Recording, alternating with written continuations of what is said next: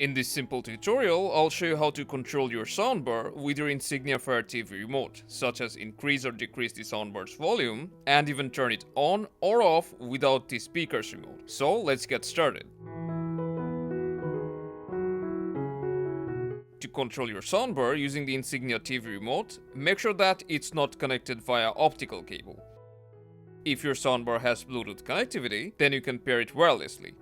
But this will only enable you to control its sound using the TV remote. So the best way is to use an HDMI cable to connect the soundbar to your TV's HDMI out, ARC or eARC port. And after connecting it, all we need to do is turn on HDMI device control or CEC from our TV settings. So let's go to settings, then go to display and sounds. Scroll all the way down to HDMI CEC device control. From here you need to turn on ARC in case you have connected it through the ARC port. Then we will turn on power control, and this will enable to control our soundbar's power using our TV's remote. And now we are all set. Now you can adjust the volume and power on or power off both your TV and the soundbar by only using the TV remote. If you found this helpful, stay tuned for more and I'll see you soon.